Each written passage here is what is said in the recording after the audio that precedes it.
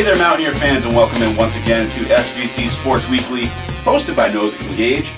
Gage, men's and women's basketball started with the New England Collegiate Conference schedule last week. The women had 3 games, the men only had 1 game. They defeated Elms College 85-79 down at the Blazers' home gym back on Tuesday. So they start the conference schedule 1-0, the men are, that is.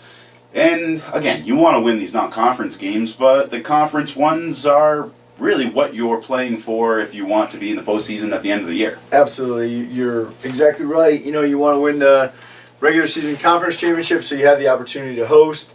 And, you know, at the end of the day, it's the automatic qualifier for the NCAA tournament that you're trying to win and get to that NCAA tournament. So, big win this week against Elms College, who was the reigning NECC champion.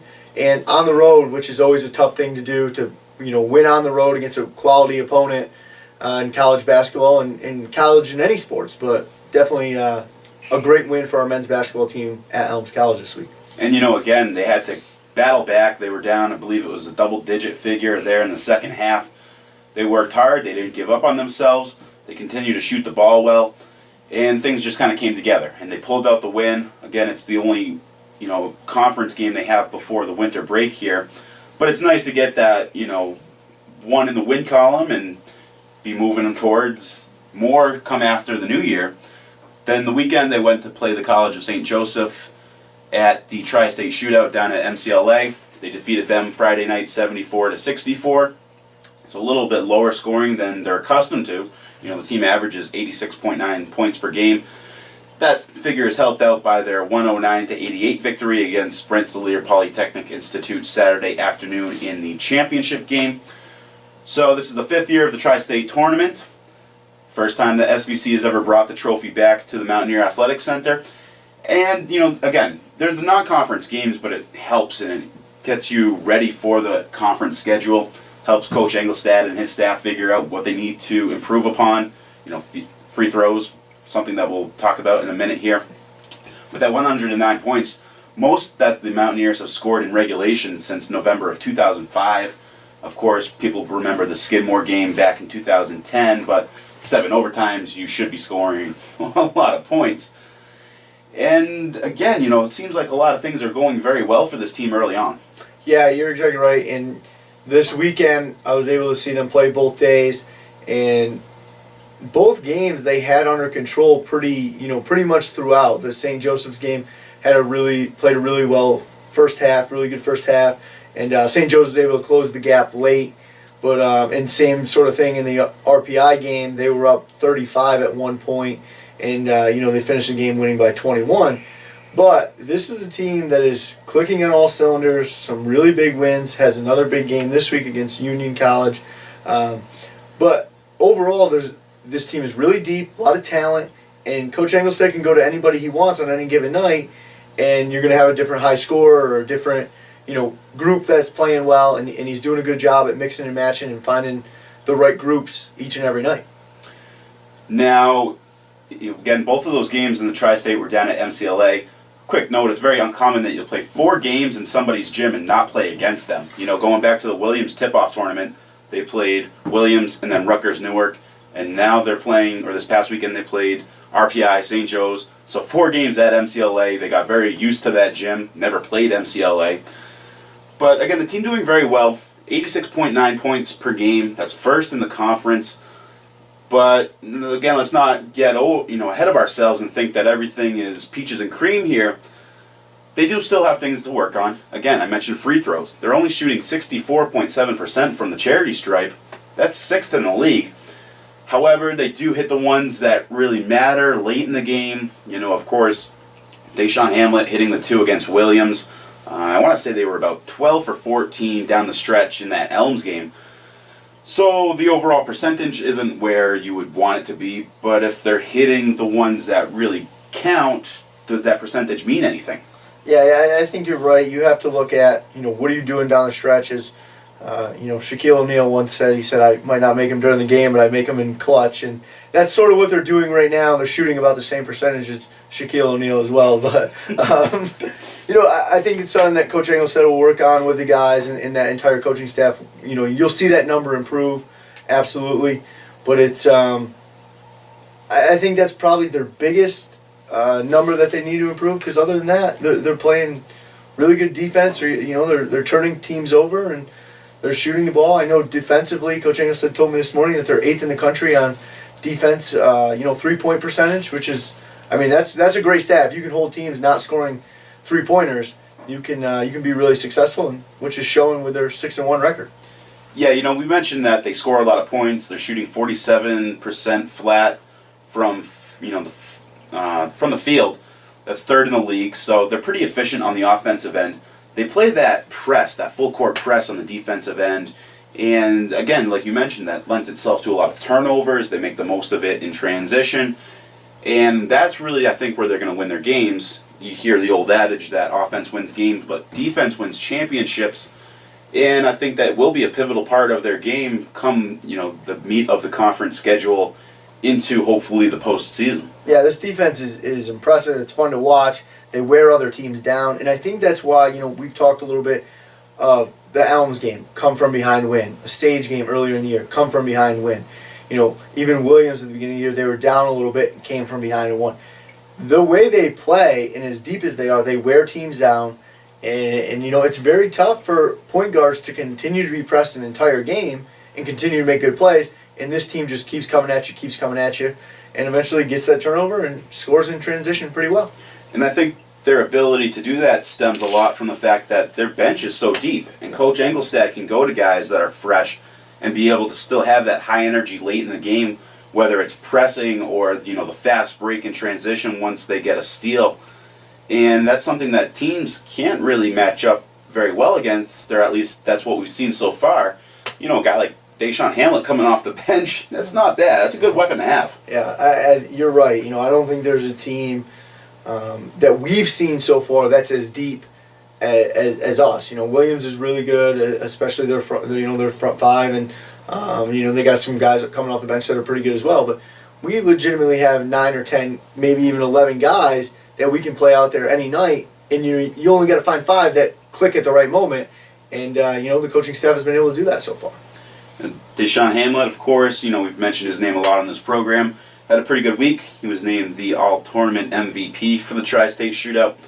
Dolapo Olubile had another, good couple games. He was also named to the All-Tournament team, so congratulations to both of those guys. Freshman guard Rayshawn Taylor had a pretty impressive week, averaging 20 points per game. He shot 62.5% from the field, so very efficient for the youngster there. That was good enough to be named the NECC Rookie of the Week. So congratulations to Rayshawn. And again, there isn't really one guy. Of course, Deshaun has pretty much led the team in points every game, but that's not to say that the Delapos, Rayshawns aren't right behind him and putting up, lots of points as well. And everyone's doing their part. There is no one guy that's really, the one-man show. Yeah, everybody has their part. Devontae Jordan, great defensively. He's going to, like I said, wear out the other team's point guard. Antoine White, great point guard, leader on the court, and he controls it. And you can go on and on. You can say something good about every single player on that team, but they're all fulfilling their role that they need, and exactly what you said. Now, as you mentioned, the Mountaineers visit Union College Thursday night for their only game this week. That's a 7 p.m. tip out in Schenectady, New York. Not a bad trip for, the locals here or anybody out in the Albany area. Union is going to be coming in. They're 2-4 right now as we sit here Monday afternoon. They're going to Utica College tonight, Monday night. So even if they were to win, they're going to be coming in at 3-4. And what do records really indicate? Their wins come against SUNY IT and SUNY Cobleskill. But traditionally, they're a pretty good program, and I think, obviously, no coach ever wants to take a team for granted, especially by their record, and think that it's going to be a walkaway. Yeah. Union is, like, as you said, very much traditionally a good program. I think last year, they were right around the 20-win mark, and, have been close to or in the NCAA tournament the last few years. So, don't know if they've graduated a couple of good players, or if maybe they're trying to find the right fit for their freshmen, or what's going on. But it's definitely going to be a game they got to go in and battle. I know Sage had beaten Union. I think a couple other teams have beaten Union, common opponents. But again, as we've said many times on the show, just because A beats B and B beats C doesn't mean A is going to beat C. You got to come out and you got to play your best game. And Union traditionally has SVC's number. In the 6 meetings between the two programs over time, Southern Vermont has only won one of them. Try saying that 20 times fast. So, we'll see. It's another game. The guys got to play their best. They can't take a night off. And you would think that, again, it's their only game of the week, and then they have all of next week off as it's finals week before the Hood tournament down in Washington, D.C. You can imagine that they should be able to exert themselves to the fullest possible, and come away with that win and be looking at 6 straight, 7-1 going down to Hood before the winter break, and that's not a bad place to be. Yeah, this is a game that you cannot allow to be a trap game. As you said, it's the only game of the week. It's the only game in almost 14 days. I think 13 days between the RPI game and their first game of the Hood tournament. So it's a game that they have to be focused, and I'm sure that they got to be prepared. They will be, and they have to come out and play a good game, because Union isn't going to come in there and lay down for anybody. They're going to step up, and as you said, they're 5-1 in the 6 meetings, so I'm sure they're going to know that and in their Sky Report, and look forward to playing a good game on their home court. Once again, congratulations to the guys for bringing home the Tri-State Shootout Tournament trophy. First time in the 5 years of the tournament, so that's a little extra smile on their face, if you will, and keeps that positive energy flowing throughout the team. And once again, congratulations to freshman guard Rayshawn Taylor for being named the NECC Men's Basketball Rookie of the Week.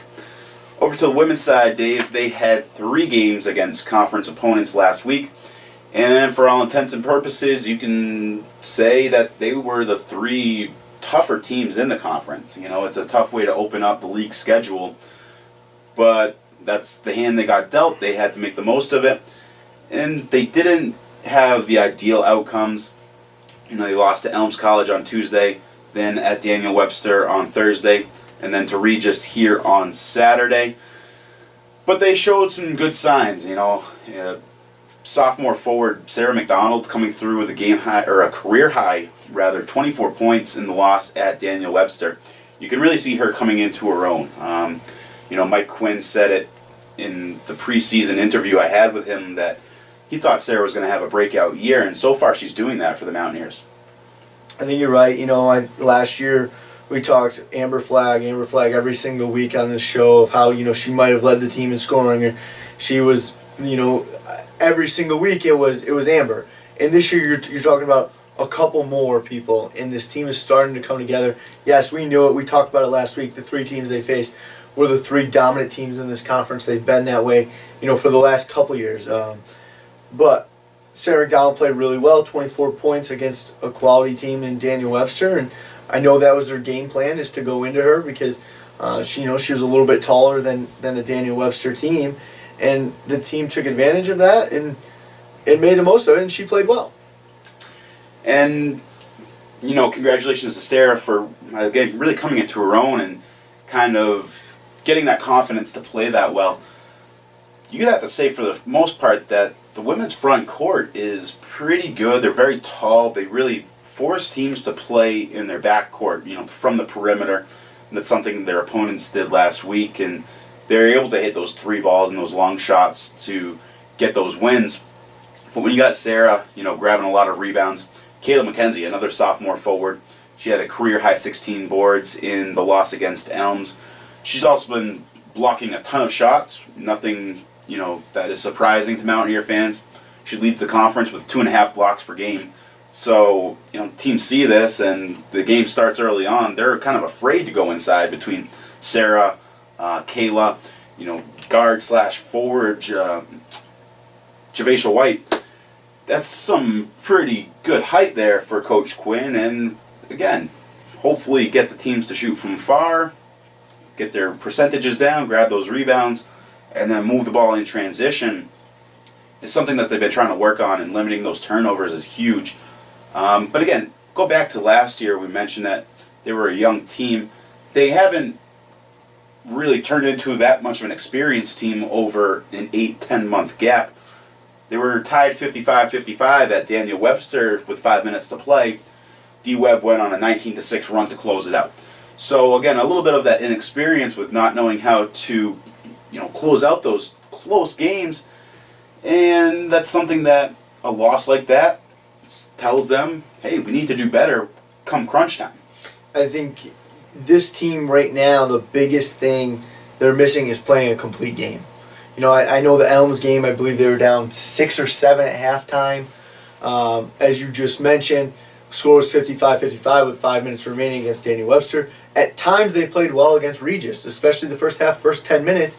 The game was close. I think at one time the score was 23-19 before Regis made a little bit of a push at the end of the first half and continued that in the second half. And Regis is a team that is very good, haven't lost a game in NECC play. I mentioned that last week.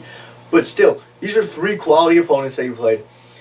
Now they have to play 40 minutes. And basketball coaches talk it all the time. You got to play 40 minutes. Can't play 39. Can't play 30. And right now, they're not able to do that. And it's something that I think experience is an issue with that. It's very tough when you don't have the experience to go out there and understand that every single possession means something. And you turn the ball over in a 4-point game, and now instead of making a 2-point game, it becomes a 7-point game, and now it's a 5-point swing.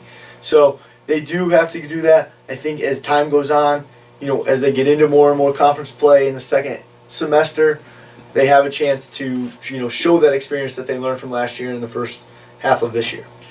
Yeah, you kind of alluded to the fact that this is a good benchmark for them, playing some of the top tier teams in the league before the break. Now they have, Morrisville State comes in Friday night for a 7 p.m. tip. That's going to be the Mountaineers' last game before the winter break. And then they come back with a road game at MCLA on January 4th. So a couple more opportunities to kind of finely tune themselves before they get back into conference play on January 7th when Leslie visits. So they have some time here, evaluate and assess what they did last week against those 3 conference opponents and hopefully improve so that when they get into those close games towards the end where they don't have a bad 5-minute stretch in the first half, that they'll be able to come away with some wins and get some momentum going here and hopefully get themselves into the playoffs. I really hope that this team can do that. I think that they have the potential to do it. They just got to stay on track of what their goals are, and I think Coach Quinn will make sure that they do that. And this is a team that can, I believe, you'll see them in the conference playoffs come, at the end of this year. They just got to continue to stay together as a team and keep playing their style of basketball and hopefully do it for 40 minutes. Again, the Mountaineers' only game is Friday this week when SUNY Morrisville visits for a 7 p.m. tip. We hope to see you all there. That's also their last game before the winter break and the new year. So good luck to the ladies against the Mustangs there. A couple other quick athletics notes. We mentioned last week that the SAC, the Student Athlete Advisory Committee, is hosting a toy drive. All the toys donated throughout this week up until next Monday, December 16th, are going to be donated to Brock Community Action in southwestern Vermont, kind of helping out some families that otherwise wouldn't be able to give their kids a lot of gifts come this holiday season. So if you have any toys and you're in the area and you can bring them up to the Mountaineer Athletic Center here on the Southern Vermont College campus, please do so. Once again, that's going through next Monday, December 16th. Also, a couple Mountaineers will be down at the Yankee $1 candle store, Yankee $1 store on Northside Drive in Bennington, Tuesday, December 10th from 4 to 6 p.m., Wednesday, December 11th from 4 to 6 p.m., and Saturday, December 14th from 1 to 3 p.m. Some Mountaineers were down there yesterday, Dave, on Sunday, and again, sitting there out there for 2 hours, they were able to collect a lot of toys. People went into the store and purchased some items that they dropped off on their way out. So really something good to see and have the athletes be involved with come this holiday season, doing a lot of good and hopefully, kind of giving them that sense that it's really not that hard to make someone's day. This was great for our athletes to be able to do this, and as you just mentioned, for them to help out the community as, the community involvement here continues to grow and the community is starting to help us and help us grow our athletics. The one thing I just want to say to all our listeners, I know we got listeners from all over the country, and I think it's important at this time of year, in the holiday season, is donate something. Even if it's not to us, there's little kids out there who need help with maybe a toy, or there's a family who might need a canned good or something like that. Go into a store and donate a little bit. Salvation Army is always out in front of the stores these days. Donate a couple pennies or a pocket full of change. It will help a lot of families out there, be happy and put a smile on a little kid's face as we go through the holiday season. Yeah, and kind of going along the lines of not taking anything for granted, kind of cherishing all the small moments and, good things you do have in life and not worrying about what you don't have. If you want to take a quick minute, let's talk about the baseball team. Obviously, yourself being involved with that as the head coach, welcoming, a youngster from the town who has been battling cancer since the age of 8. She's been in remission since she was 10, and she's now 16. Seems to be doing very well. You guys are taking her on as an honorary team member this year. She came up and helped the guys make some holiday cards that are going to be given to other patients at the Children's Hospital at Albany Medical Center. Again, real quickly, talk about that experience for the guys and just that feeling of bringing her in and helping out childhood cancer research. Well, it's something that last year we started with raising a little bit of money for childhood cancer, and our guys bought into it. And it's just something, as you said, every day is a blessing, and it's something that there's always two ways to look at things. We can look at things in a positive manner and enjoy our days, or we can look at things in a negative manner and what we might want or what we don't have or something like that. And this is a chance for us to give back.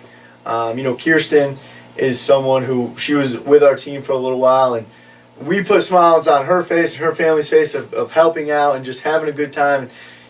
What she's went through and the adversity that she's been through as a little kid, just really shows our guys that we're really lucky to be able to do what we do every day. I know it's something me and you talk about how lucky we are to work here at Southern Vermont and work in college athletics, and our guys feel that way as well, of how lucky they are to be college baseball players. And it's something I'm really, really proud of my guys for being all in. And I couldn't be happier of how this relationship is growing with Albany Medical Center and the Verse Cancer Organization. And hopefully we can, continue to raise money, and eventually one day, hopefully childhood cancer disappears from our world, and every little kid can enjoy, life. Yeah, and that's great. And I know a lot of people around here, especially within the department and the campus as a whole, look forward to seeing her more often at the games or at practices, what have you. And this is all tied into, again, you guys are raising money. You're going to end up shaving your heads in April. If people want to make donations, they can go to, I don't want to butcher the site, you might know it better off the top of your head. It's svc.verse-cancer.org. There you go. Hop onto that website, check it out, make a donation. And once again, the guys will be shaving their heads April 5th following a doubleheader against Newberry College. You guys invited the Nighthawks to participate as well, so you have kind of a friendly competition going here. Yeah, Craig is he's a great guy running the Newberry team, and he convinced his guys to be on board, and it's just going to be whatever team can raise the most money is going to get the Golden Clippers trophy, and we look forward to having that in our Mountaineer room, and as we raise more money, because we're not going to lose that competition, that's for sure. Yeah, that's awesome. So congratulations and kudos to all your guys for that. If people want to find more information, you will be able to shortly. In a couple days, hopefully, there will be a story on svcathletics.com. Check it out. You can also find the link there to go and donate. We'd like to thank you all for joining us today here on SVC Sports Weekly. We hope that you tune in next week as we will recap those 2 basketball games and kind of wrap up the fall semester and preview the spring semester with obviously the other 3 spring sports. They'll be getting underway real soon. Once we get back, they'll be hitting the practices and in the gym, filling up the Mountaineer Athletic Center pretty much from sun up till far after sundown. And lots to talk about. So we'll catch you next week here on SVC Sports Weekly. We thank you once again, and as always, go Mountaineers!